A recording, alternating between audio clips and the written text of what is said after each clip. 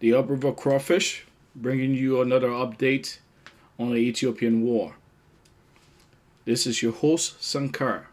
Let's begin. There are good news on the war front for the Ethiopian military.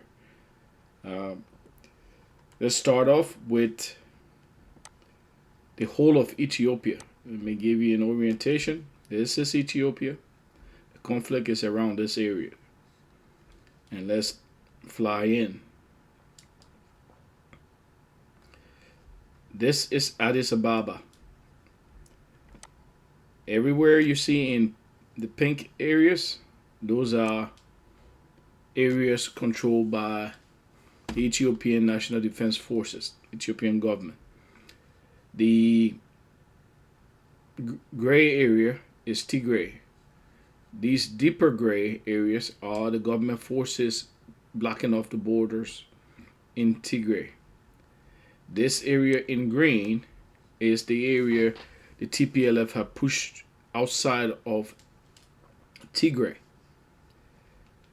At one point in time, the TPLF have pushed all the way down here beside Debre Bahan. But the government used some flanking attacks, and the TPLF turned and retreated. They did recapture Gashina and Lalibela. These are towns on the west of this salient. But the Ethiopian forces have regained.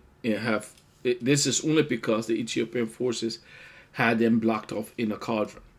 So now, what's the update? The big update is that the Ethiopian government forces, as I told you, they attack. The reason the TPLF kept attacking west instead of east towards the Djibouti border or south towards Addis Ababa was because they were trapped. The map has updated now. So the Ethiopian government has captured the whole of the route on the A1 highway. This is the A1 highway above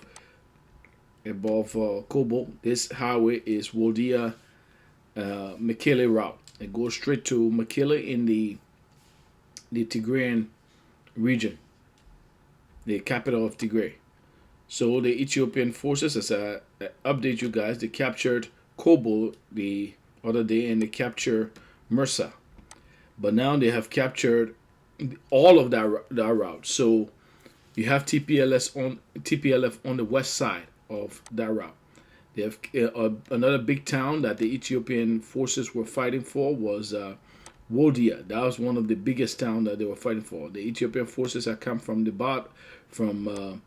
south, captured Mursa, and TPLF forces were still in Woldiya, but that has been captured now, and the whole of the A1 route is in the hands of the Ethiopian military. There were also reports that the Ethiopian forces are attacking Alamata. They attack Alamata with drones. So to date, the areas that the Ethiopian forces have recaptured are Sirinka, Woldiya, Gobiye, Hara Gebeya, Wacho, Kobo Robit in Kobo, and they're advancing up this route now, up the A2 route to go into Tigray proper. There's still remnants of the TPLF fighting in this region. I've seen some unconfirmed reports that the TPLF have turned and started marching back to Tigray. So if they're doing that, they will have to be doing that through the mountains and stuff like that, or maybe some routes that are not major routes, because for them to try to get to the A2 is going to be tough. The Ethiopian military also recaptured Lalibela. So here is Lalibela. The Ethiopian military recaptured Lalibela, and the TPLF is getting routed. That's literally what's happening. They're getting routed. So the war is about to start going into Tigray proper. The TPLF were still in Gashena as far as my update has stated, but I'm seeing reports that the TPLF is pulling back, which is smart, which was something that they should have done long ago. They're pulling back to Tigray. Once they understood that they could not break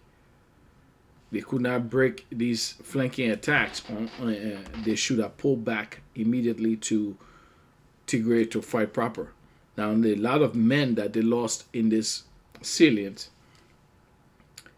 that might come back to bite them in the behind, which is a good thing for the Ethiopian military. All right, so we're now hearing reports, and every time the Ethiopian military start to succeed, you start hearing cries from the U.S. and the UN trying to complain about Ethiopian military excesses, right? So let's understand. Right now they're saying that Ethiopian military jets attacked Alamata for a third consecutive day, killing multiple civilians and injuring more than 150. They claim that the general hospital in the town has been completely damaged by bombardments. True or not, I mean, they're fighting war, but they're making it out to be some big stuff, because guess what? The TPLF are losing. What happened though with the TPLF is that they caused a lot of damage in Amhara region, and it can only be due to hate, because militarily it makes no sense. If you're in that hostile area, you want the people to be on your side. Even if they're not on your side, you want to limit the damage to the civilians so that you will at least maybe put a rift between them and the government forces. Instead, they went on a rampage. They raped and they massacred people. And they said 90% of the government buildings and factories in Amhara in those regions have been ransacked. They stole all the resources from those places. That is not a good thing. Again, the TPLF is a terrorist outfit, mafia or office, terroristic mafia outfit. So again, let's go on. There is Woldiya, that is taken has been seized all along, and Gobiye, that's seized all along the Mekelle-Woldiya road has been seized. Kobo has been seized. Robit has been seized. Robit seized. Let's see here. There's the other town. And then this is Kobo, one of the major towns that have been seized. And so all along this Mekelle-Woldiya highway, the Ethiopian government has it. So if the news is true that the TPLF is pulling out of Amhara, it could be through an alternate route, through some back roads. So that's the update for you today. Thank you. Please subscribe, like, and share.